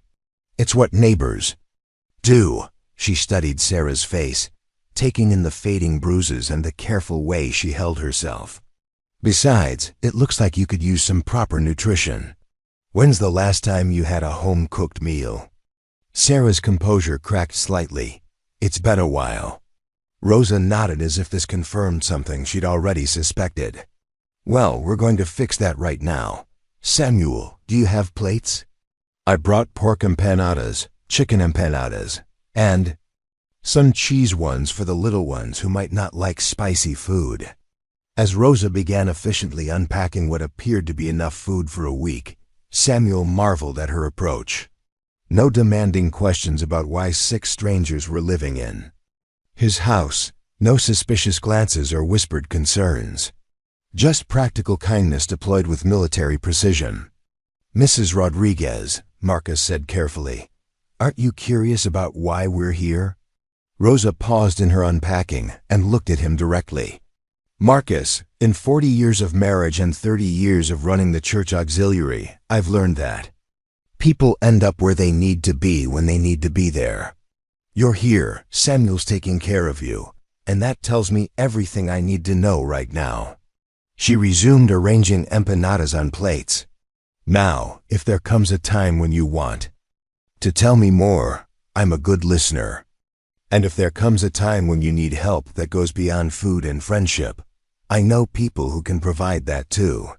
But right now, what you need is a good meal and the knowledge that you're safe." Emma tugged on Rosa's dress. "Are you an angel?" Rosa laughed, a sound like silver bells mixed with warm honey. "Oh, sweetheart, I'm definitely not an angel. Angels are much better at keeping their mouths shut and minding their own business." "But you're helping us," Emma persisted with 3-year-old logic. "That's not because I'm an angel, Mia. That's because I'm human, and humans are supposed to take care of each other." As they sat down to Rosa's feast, Samuel watched something remarkable happen. The children began to relax. Not completely. Months of hypervigilance couldn't be erased by empanadas, no matter how delicious. But the rigid alertness in their postures softened. Jake and Lucy actually giggled when Rosa told them a story about her grandson getting stuck in a tree while trying to rescue a cat. Tony smiled, actually smiled, when Rosa complimented his neat eating habits. Even Marcus allowed himself to be drawn into conversation about farming and whether he might be interested in learning to drive the tractor. You know, Rosa said casually as she served second helpings, the church is always looking for volunteers for the children's ministry. We run a summer program, games, crafts, field trips. Keeps kids busy and gives parents a break. Sarah tensed. Immediately. We don't stay in one place very long. Rosa nodded as if this was perfectly reasonable. Well, the offer's there if circumstances change. Sometimes situations that seem temporary have a way of becoming more permanent when they're working for everyone involved. She glanced meaningfully at Samuel, who found himself nodding without quite meaning to. Besides, Rosa continued, the kids in our program come from all different backgrounds. Some live with parents, some with grandparents, some with foster families, some with people who aren't technically family but love them just the same. Her voice carried gentle emphasis on the last part. What matters isn't the paperwork. What matters is that they're safe and cared for. The statement hung in the air like an offered lifeline. Samuel could see Sarah processing it, weighing hope against hard-learned caution. What about school? Marcus asked suddenly. I mean, if we ... If we stayed somewhere long enough. I haven't been to real school in almost a year. Rosa's expression grew fierce. Every child deserves an education, Marcus. Every single one. And there are ways to make sure that happens, regardless of ... complications. Samuel caught the careful phrasing. Rosa might not know their specific story, but she clearly understood that this wasn't a simple case of a family friend helping out during hard times. How? Sarah asked quietly. Well, for starters, Millbrook County has a very progressive superintendent of schools. Janet Palmer's been fighting for kids' rights for 20 years. She's gotten homeless children enrolled, helped kids in protective custody maintain their education, even set up special programs for children dealing with trauma. Rosa leaned forward slightly. Janet believes that every child who wants to learn should have that opportunity, and she's not particularly concerned with bureaucratic obstacles when children's futures are at stake. What does that mean? Marcus pressed.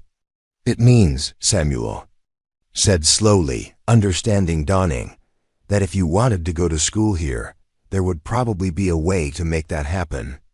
Marcus's eyes lit up with something Samuel hadn't seen before, pure, undiluted hope. Really? Even if we don't have? Even if our situation is complicated? Especially then, Rosa said firmly. The children who need school most are often the ones who have the hardest time accessing it. That's what makes Janet Palmer so good at her job. She fights for the kids everyone else gives up on.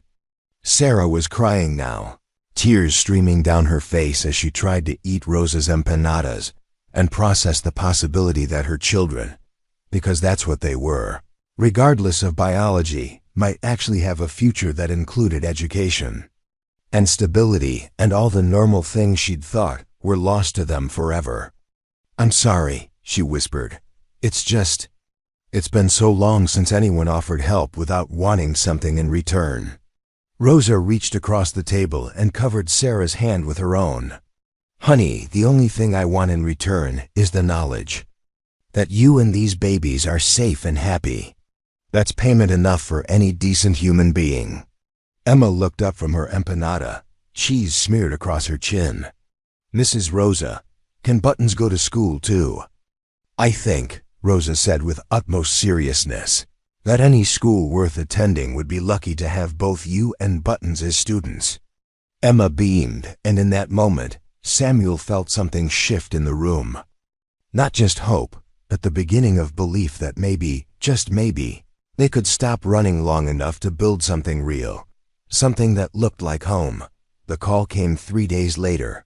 On a Thursday afternoon when the children were scattered around Samuel's property like seeds that had finally found good soil to grow in, Marcus was helping Hank repair the damaged fence posts, his thin frame surprisingly strong as he held boards steady while the older man hammered. Jake and Lucy had discovered Samuel's old rope swing hanging from the ancient oak behind the house and were taking turns pushing each other, their laughter carrying on the October breeze like music Samuel had forgotten his land could make. Tony sat on the front porch steps, methodically feeding breadcrumbs to a family of sparrows that had apparently decided he was trustworthy enough to approach. Emma was nearby, having an elaborate conversation with Buttons about whether sparrows preferred wheat bread or white bread, consulting her rabbit as if he were a renowned expert on avian dietary preferences. Sarah was in the kitchen, teaching herself to use Margaret's old sewing machine to alter clothes that Rosa had brought from the church donation closet. She moved carefully, still favoring her injured ribs, but there was something different about her posture these days. Less hunched, less ready to run. She was beginning to look like a woman who believed she might have a future. Samuel was in the barn, checking on his tools and trying to convince himself that the contentment settling over his farm wasn't too fragile to trust. When his cell phone rang, the number was unfamiliar, but something cold slithered down his spine as he answered. Mitchell. Well. The voice on the other end was smooth as snake oil and twice as poisonous. Samuel Mitchell. I've been hearing some interesting things about you. Samuel's blood turned to ice water. He didn't need to ask who was calling. The casual malice in the voice, the way it turned his name into something dirty. This was Derek Vaughn. I think you have the wrong number, Samuel said carefully, stepping deeper into the barn where the children couldn't hear him. Derek's laugh was like glass breaking. Oh, I don't think so. You see, I've got a very reliable source who tells me you've been harboring some property of mine. A brunette with a smart mouth and 5 little troublemakers who don't know their place. I don't know what you're talking about. Sure you don't. Derek's voice dropped to a whisper that somehow carried more menace than shouting. Here's what's going to happen, farmer. You're going to put Sarah on the phone right now, and you're going to tell her that her vacation's over. Then you're going to drive her and those brats to the old grain elevator on Highway 34, and you're going to leave them there, alone. Samuel's free hand clenched into a fist. And if I don't? Then I'm going to make you wish you'd never been born. You think you're safe out there in the middle of nowhere? You think your little community of church ladies and farmers can protect you from me? Derek's voice gained intensity. I've got resources you can't imagine, old man. I've got friends in places that matter. And I've got a very long memory for people who interfere with my business. Through the barn window, Samuel could see Emma chasing butterflies in his vegetable garden, her small face bright with the kind of joy that came from feeling safe enough to play. The sight strengthened his resolve. Your business doesn't include terrorizing children, Samuel said quietly. Those children belong to me now. Sarah belongs to me. And if you don't hand them over, I'm going to take them anyway, and then I'm going to burn your little farm to the ground just to make a point. How did you find us? Derek chuckled, a sound like metal scraping stone. You really think 6 people can just disappear? I've got contacts in every shelter, every social service office, every police station between here and the Canadian border. All it took was one phone call to the right person, and suddenly I know all about the Good Samaritan farmer who took in some strays. Samuel's mind raced. Who could have betrayed them? Rosa and Hank would never. But there had been other visitors. The mail carrier who'd commented on the extra activity around the farm. The propane delivery man who'd seen children's clothes on the line. Even well-meaning neighbors who might have mentioned Samuel's guests in casual conversation, not knowing the danger those words could carry. You're lying, Samuel said, but even as he spoke, he knew Derek wasn't. Predators like him didn't make threats they couldn't back up. Am I? Tell me, farmer, how many people in your little town know about your house guests by now? How many of them mentioned it to friends, posted about it on social media, gossiped about it over coffee? Derek paused for effect. All it takes is one person with loose lips and the wrong connections, and suddenly your sanctuary becomes a trap. Samuel closed his eyes, feeling the weight of his miscalculation. He'd been so focused on building community support that he'd forgotten how quickly information could travel in the wrong directions. What do you want? He asked, though he already knew the answer. I want what's mine. Sarah and the kids, delivered to the grain elevator by sunset tonight. Come alone, no cops, no heroes. Just a simple exchange. You give me my family, and I'll let you walk away with all your body parts still attached. They're not your family. Derek's voice turned arctic. They are whatever I say they are. Sarah signed herself and those brats over to me the minute she accepted my help.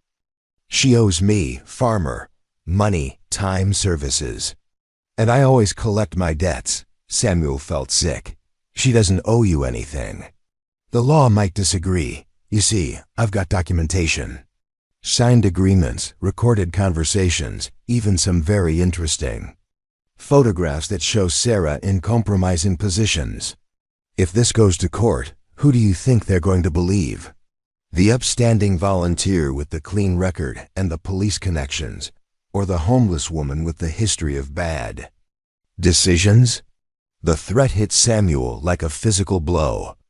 Derek wasn't just a predator, he was a sophisticated predator who'd learned to use the system's own mechanisms against his victims. You're bluffing. Try me. But ask yourself this. Even if you're right, even if I'm making it all up, how long? Do you think it'll take for the authorities to sort it out? How long will those kids be in state custody while lawyers argue over paperwork? How long will Sarah be in a cell while investigators try to determine what's true and what's not? Samuel's silence was answer enough. That's what I thought. You care about them, don't you? The big tough farmer with the soft heart. Well, here's a lesson in caring. Sometimes caring means knowing when you're outgunned. Through the barn window, Samuel watched Marcus show Jake how to properly grip a hammer, the 12-year-old's face serious with the responsibility of teaching. Lucy was braiding Emma's hair while the little girl continued her consultation with Buttons. Tony had managed to get a sparrow to eat directly from his palm, his face lit with quiet wonder. They looked like children who believed they were safe. Children who were planning for tomorrow instead of running from yesterday. How do I know you won't hurt them? Samuel asked quietly. You don't. But you know what will happen if you don't comply. I'll come for them anyway, and when I do, there'll be collateral damage. Your farm, your neighbors, anyone who gets in my way. Is that really what you want? Samuel felt trapped between impossible choices. Hand over 6 innocent people to a monster, or wait for the monster to come and destroy everything in his path. I need time to think. You've got until sunset. That's 4 hours, farmer. Use them wisely. The line went dead, leaving Samuel alone in his barn with the weight of 7 lives pressing down on his shoulders. Outside, children continued to play, unaware that their newfound safety was crumbling like sandcastles before an incoming tide. Samuel sank onto a hay bale, his hands shaking as he tried to process the impossible situation. Every instinct screamed at him to fight, to protect his family at all costs. But Derek was right about one thing. Samuel was outgunned. A farmer against a connected predator with resources and ruthless determination. But as he sat there, surrounded by the tools his grandfather had used to build something lasting from Nebraska soil, Samuel began to realize something important. Derek had made a crucial mistake in his threats. He'd assumed that Samuel was alone in this fight. He'd assumed that one farmer couldn't stand against organized predation. What Derek didn't understand about small communities was that touching one family meant taking on the entire network. And Samuel's network had been growing for 3 days. one empanada and one repaired fence post at a time. Samuel pulled out his phone and began making calls. Not to surrender, but to prepare for war. Because sometimes the best defense wasn't hiding from predators. Sometimes it was reminding them why communities had evolved to protect their own in the first place. The first call went to Hank, the second to Rosa, the third to Sheriff Patterson, who'd been asking pointed questions about Samuel's visitors and might be ready for some pointed answers. By the time he was finished, Samuel had made 7 calls and sent 6 text messages. Word would spread through Millbrook County like wildfire through dry grass, and by evening, Derek Vaughn would discover that he'd made the mistake of threatening the wrong farmer's family, because this wasn't just Samuel's fight anymore. This was war. The grain elevator on Highway 34 had stood sentinel over Nebraska farmland for 67 years, a concrete monument to agricultural prosperity and small-town determination. Built in 1957 by the Millbrook County Farmers Cooperative, it had witnessed countless harvests, weathered decades of economic storms, and served as a landmark for travelers navigating the endless prairie. Tonight, as shadows lengthened across the rural landscape, it would witness something unprecedented in its long history. Samuel arrived 40 minutes before the deadline, his truck's headlights cutting through the gathering dusk as he pulled into the gravel lot beside the towering silos. But he didn't emerge from his vehicle immediately. Instead, he sat in the cab, engine cooling, radio playing softly, and marveled at the invisible army that surrounded him. To anyone driving past on Highway 34, the area would have appeared deserted, just another empty agricultural facility in a county full of them. But Samuel knew better. In the corn rows to his east, Rosa Rodriguez crouched with her smartphone and her righteous indignation, part of a network of church auxiliary volunteers who'd positioned themselves around the entire perimeter. Each woman carried recording equipment, emergency contacts programmed into their phones, and the unshakable conviction that children needed protecting regardless of the personal cost. In the shallow ditch along the highway's north side, Hank Rodriguez waited with 5 other farmers, men whose weathered hands had built lives from Nebraska soil and who understood that some things were worth fighting for. They'd brought tire irons and determination, prepared to make Derek Vaughn's night considerably more complicated than he'd anticipated. Sheriff Patterson's unmarked car was invisible in a grove of cottonwoods half a mile south, but Samuel could see the faint glint of binoculars in the dying light. With Patterson were 2 state police officers and a federal marshal, all connected by radio to a command post established in the back room of Millbrook's only diner. The operation had federal backing, state support, and local knowledge, a combination that rarely failed when properly coordinated. But perhaps most importantly, Samuel carried in his shirt pocket a small digital recorder provided by Janet Palmer, the county's progressive school superintendent. On it was Tony's voice, barely above a whisper, but legally admissible, describing what Derek had done to him during those terrible weeks in Lincoln.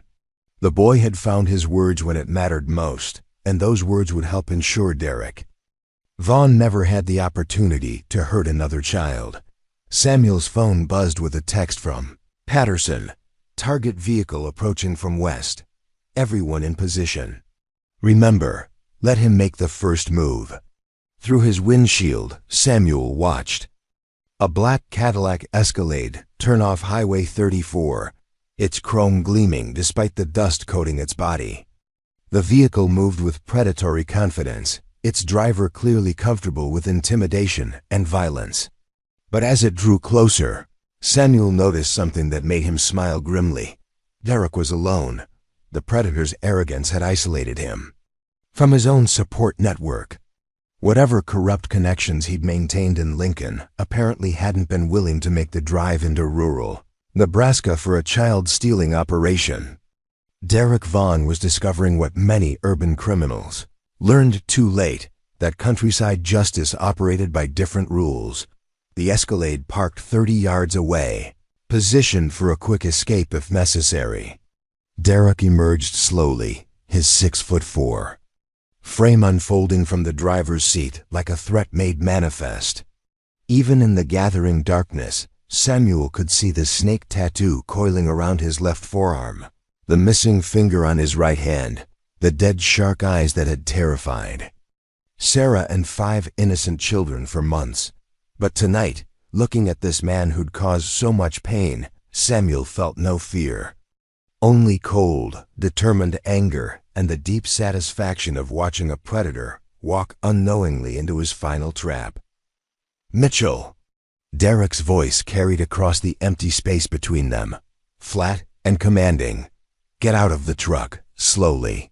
Samuel complied, moving with deliberate calm. He kept his hands visible, his posture non-threatening, playing the role of a frightened farmer who'd been backed into an impossible corner. "I'm here, just like you wanted." Derek began walking toward him, each step calculated to increase psychological pressure. "Where are they?" "Safe. That wasn't what I asked." Derek's voice dropped to the whisper that had haunted Sarah's nightmares. "I asked where they are. And you're going to tell me, or this conversation is going to get very unpleasant very quickly."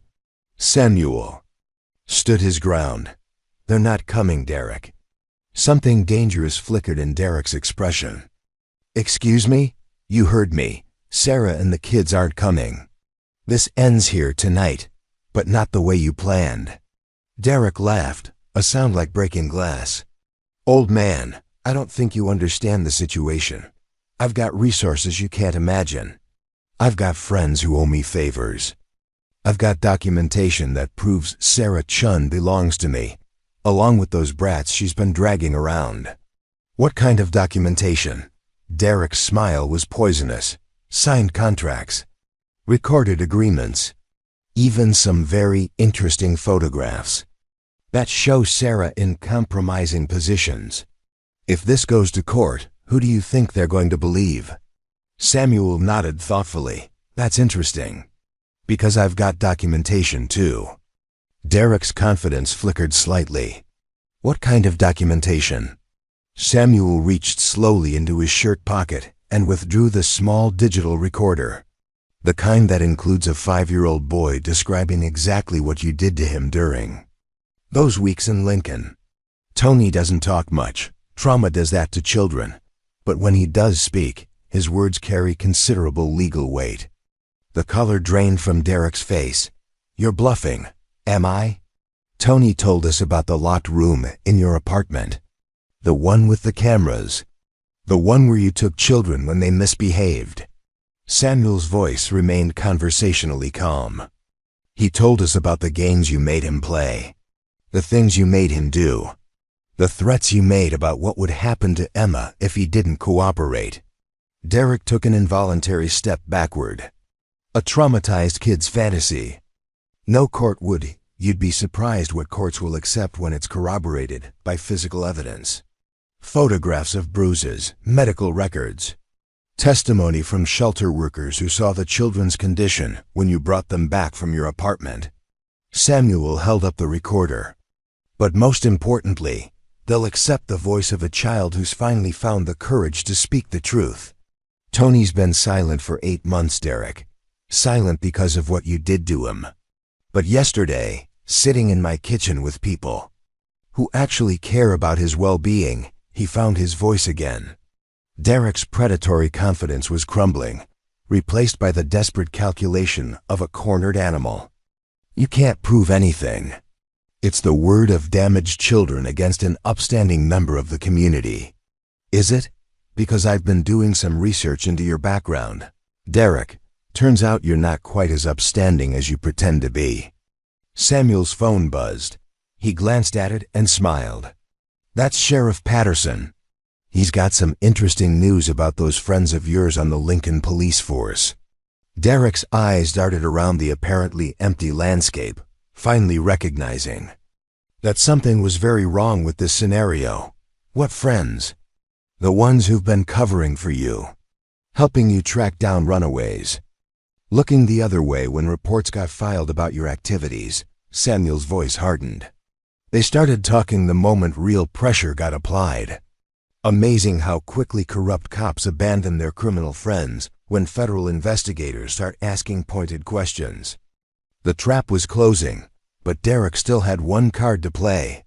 His hand moved toward the concealed weapon Samuel had spotted the moment he emerged from the Escalade. Derek.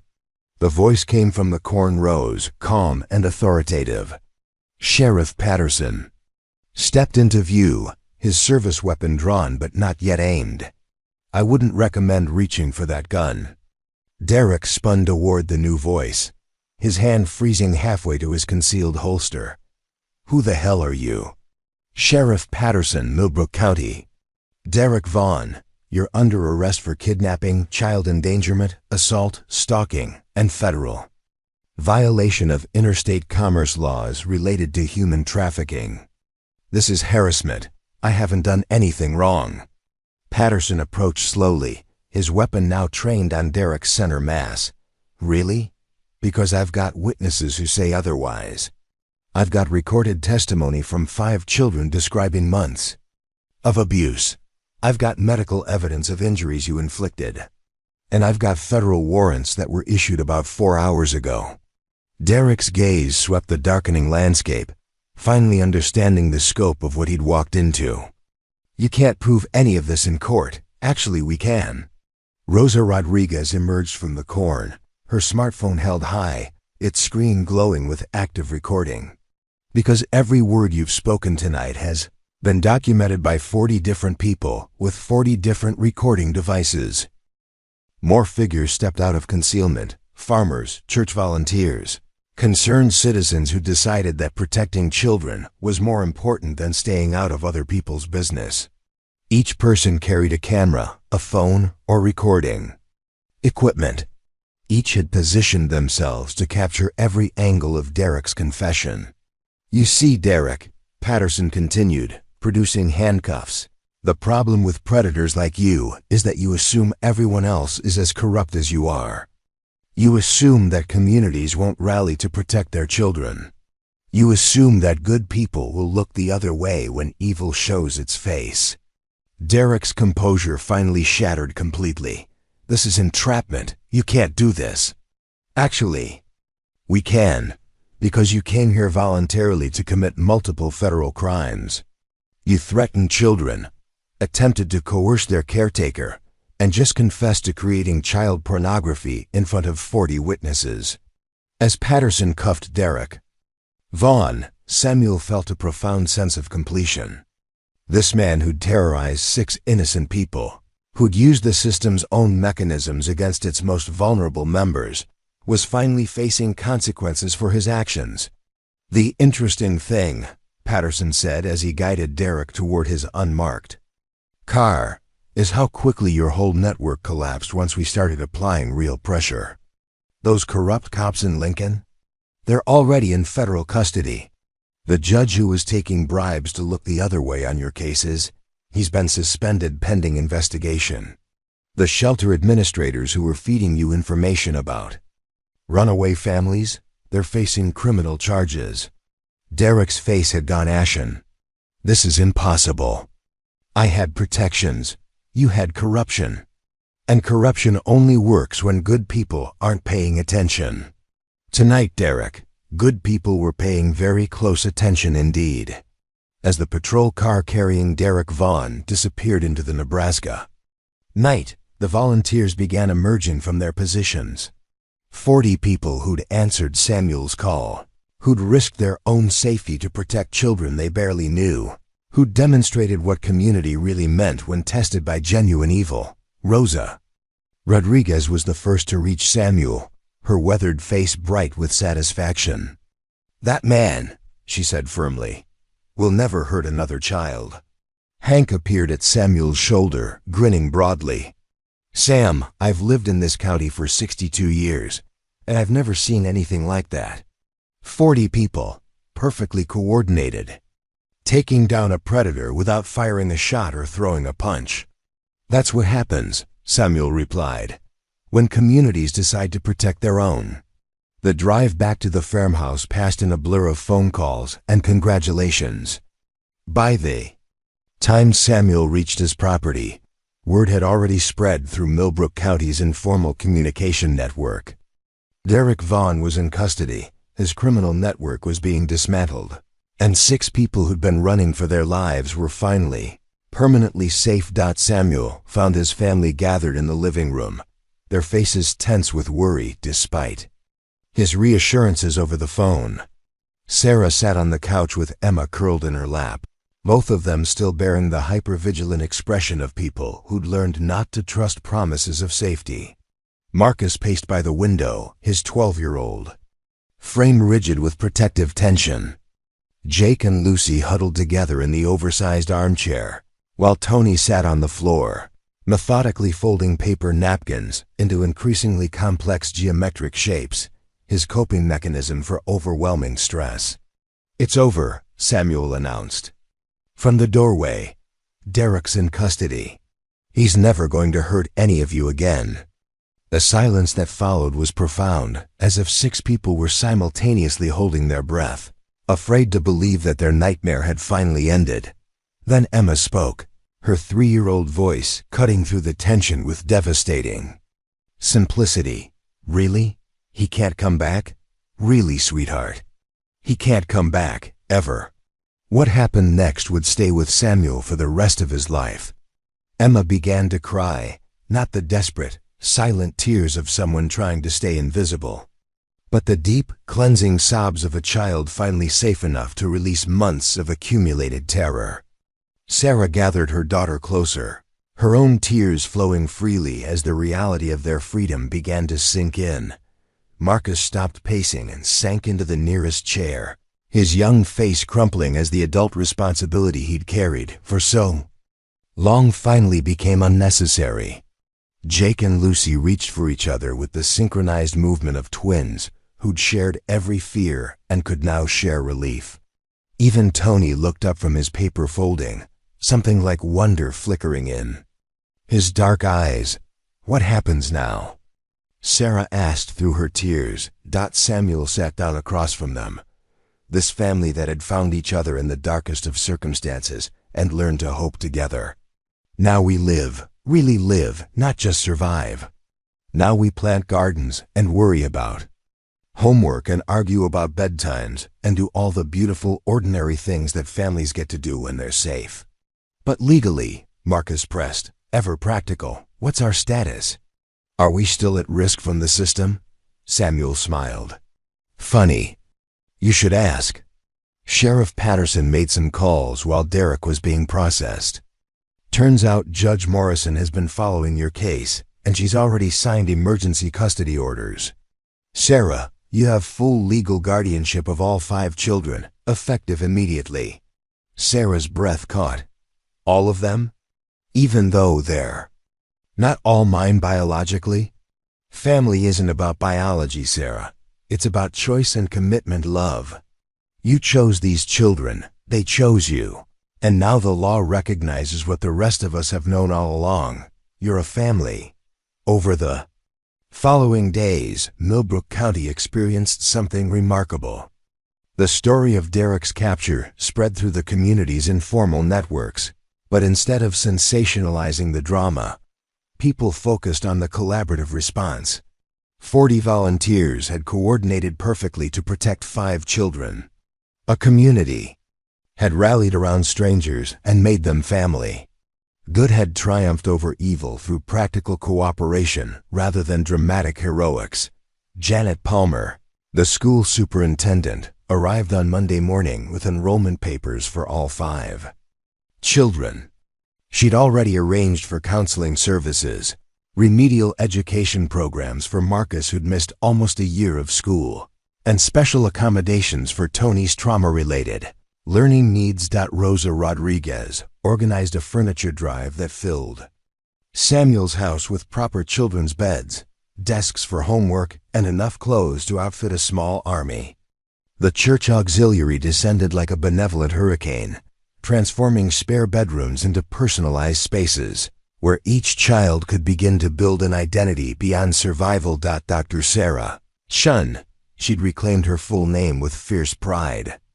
Began working part-time at the county health clinic, using her nursing background to serve the community that had saved her family.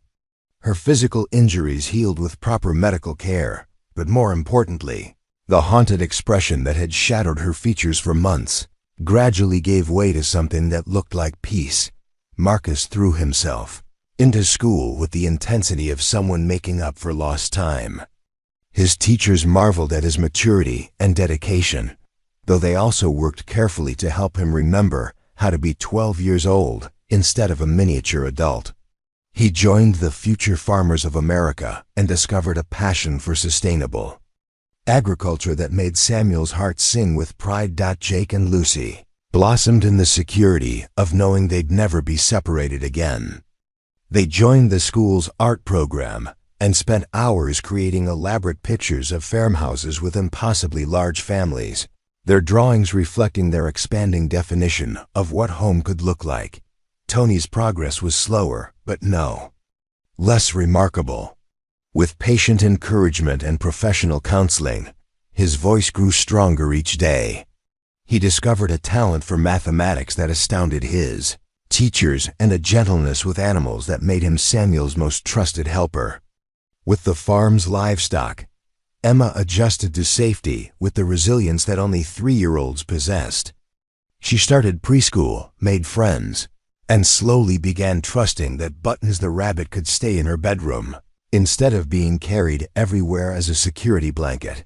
6 months after that night at the grain elevator, Samuel stood in his kitchen making Sunday morning pancakes for 8 people.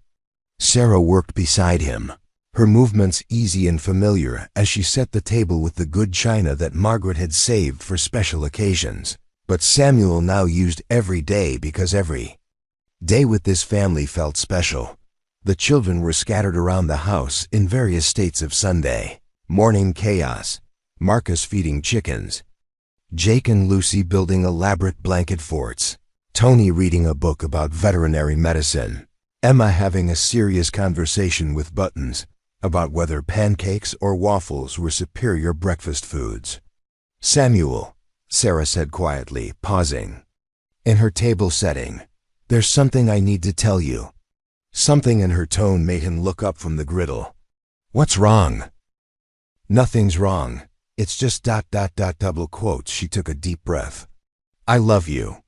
I've loved you since that first night when you could have turned us away, but chose to let us in instead. I love your kindness and your strength and the way you see the best in everyone, especially children who've learned to expect the worst." Samuel set down his spatula and turned to face her fully. "Sarah Chun, I have loved you since the moment I found you protecting 5 children in my barn, with nothing but fierce determination and a mother's heart.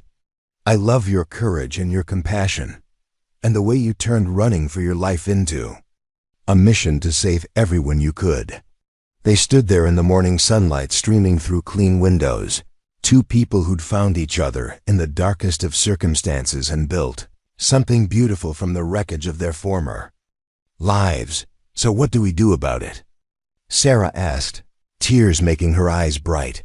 Samuel reached into his pocket and withdrew a small velvet box that had been burning a hole there for 3 weeks. "We make it official. Sarah Chun, will you marry me?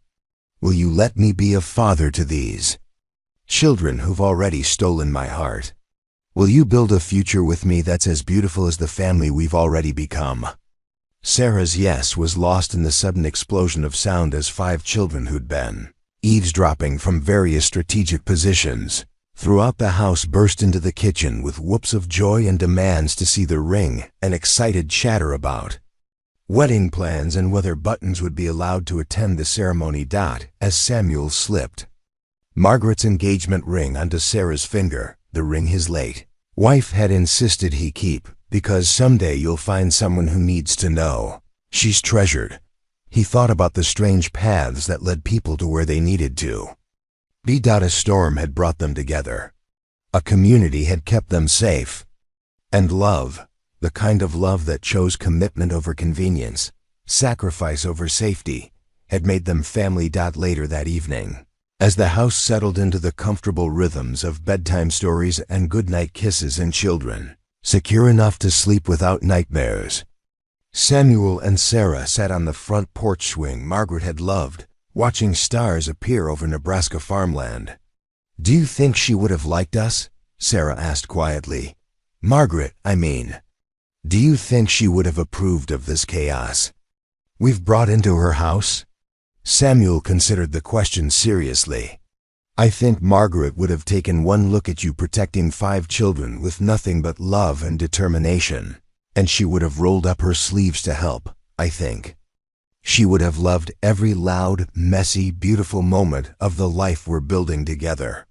He paused, listening to the gentle sounds of children settling into sleep, the whisper of wind through corn stalks, the distant call of nightbirds hunting over familiar fields. "But most of all, I think she would have been proud that her house became home to people who needed it most. This land has been in my family for 4 generations, Sarah. It's seen births and deaths, celebrations and sorrows, ordinary days and extraordinary moments. But I don't think it's ever seen anything more important than what happened the night I found 6 people in my barn and discovered that sometimes the family you need isn't the family you're born into, it's the family you choose, somewhere in the house." Emma was telling Buttons a story about brave rabbits and safe farmhouses.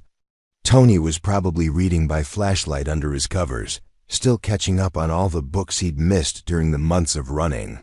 Marcus was likely reviewing his future farmer's handbook, planning projects that would make the farm more productive and sustainable. Jake and Lucy were undoubtedly whispering to each other in their shared room, processing the day's events with the wordless communication that only twins possessed. Tomorrow would bring new challenges, new joys, new opportunities to prove that love could triumph over fear when good people decided to stand together. There would be school concerts and scraped knees, teenage rebellion and college applications, arguments over chores and celebrations of achievements. All the beautiful, ordinary, extraordinary moments that make up a family's life. But tonight, sitting on the porch of a farmhouse that had sheltered 4 generations of his family and was now sheltering the most important generation of all, Samuel Mitchell felt a peace deeper than prairie silence, more enduring than Nebraska soil. Because sometimes when you open your door to strangers in need, you discover that they're not strangers at all. They're family waiting to come home. Up next, you've got 2 more standout stories right on your screen. If this one hit the mark, you won't want to pass these up. Just click and check them out. And don't forget to like, subscribe, and turn on the notification bell so you don't miss any upload from us.